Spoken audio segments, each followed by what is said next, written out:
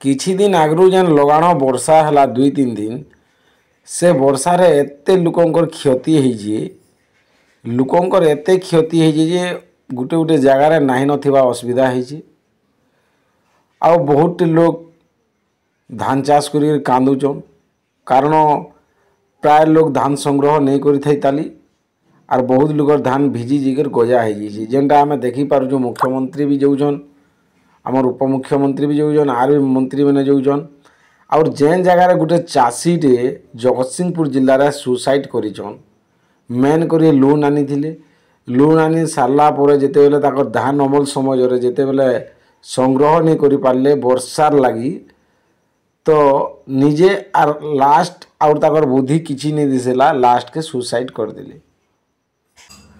तो काना है जे प्रकृत रे बीजेपी सरकार नुआ सरकार है आमर ओडिशार तो प्राय मुह सुआगे कथबार्ता करुचन जेनटा कि धान 3100 टंकार बिक्री हेबा बोले बिक्री होउचे गला तार बाहर जीरो कटनी छटनी कहते बर्तमान गोटे क्विंटाल 3 केजी लेखान मैंने कटनी छटनी चली आ जेनटा कि सरकार ऑर्डर रे कटुचे एका तो भाभी पारे जड़े जदि 15 क्विंटाल 20 क्विंटाल धान दौचे बोले तार एक्स्ट्रा खर्चा तो अच्छे अच्छे फिर तार न सरकार काटी नहीं 2000 3000 4000 5000 टका तक तो चाषी यार के नाड़े भल गति देवा तो जेनटा अपडेट आसूचे सियोर आलोचना करमा आम चाषी क्या है जे आत्महत्या कले निहाती हिसाब से आम जानमा।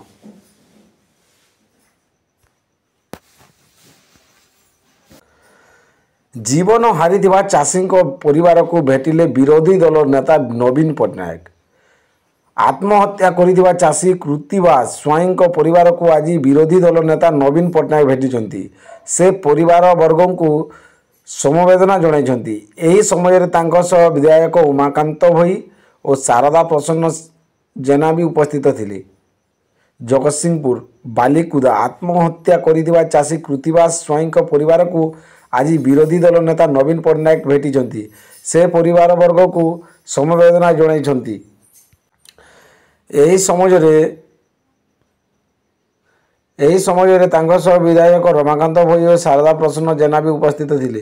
कृतिवास स्वाई प्राय 4.5 एकर जमी चाष धान करथिले निजर प्राय 3 एकर और 1.5 एकर भागर जमी चाष करथिले। ए वर्ष भल धान मध्य होइतिला। कृतिवास प्राय 1.5 एकर धान काटी खेत रे गदा करथिले अदिनिया वर्षा रे नष्ट हो जाइतिला। कृतिवास गत किछि दिन है चाष जमी को जाऊे और मन दुख रे फेरुतिले एपरिक सब सरीगला बोली परिवार लोक कहते आउ कहीं बंचीबी बोली घर लोक कहूबा मामू विपिन कहते। सूचनायोग्य धान क्षेत्र में व्यापक फसल नष्ट देखि रसी लगाई झुली पड़ते जगतसिंहपुर जिला बालीकुदा थाना अंतर्गत तंटीकुल पंचायत सारणा गाँव कृतिवास स्वाई 35 वर्ष चाष नष्ट ऋण चाप जो से आत्महत्या करिथिबा परिवार लोक अभियोग आनिछंती। कृतिवासंक संपर्कीय मामू विपिन राउत को सूचना अनुसार से प्राय 4.5 एकर जमी चाष धान करथिले निजर प्राय 3 एकर और 1.5 एकर भागर जमी चाष करथिले।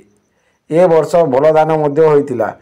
कृतिवास प्राय 1.5 एकर धान काटी खेत रे गदा करथिले अदिनिया वर्षा नष्ट हो जाइतिला।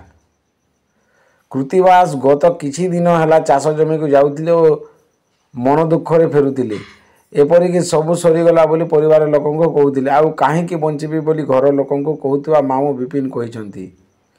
गतकाली अपराह्न प्राय 5टार कृतिवास घर को फेरी सबुदिन परी घर छात उपरे थिबा ठाकुर घरे संध्या पूजा करने को जाइतिले किंतु फेरी नथिले कहीं विलंब होउची बोली परिवार लोक जानिबा पई छात उपर को जाइतिले। ठाकुर घर पाखरे थिबा एक स्टोर रूम भितर पटु बंद करथिले। परिवार लोक कबाट भांगिबा परे कृतिवासक झुलंता मृतदेह देखा पाई तुरंत ताकू जगतसिंहपुर मेडिकल नहीं आसीथिले एठारे डाक्तरंक तांको मृत घोषणा करथिले।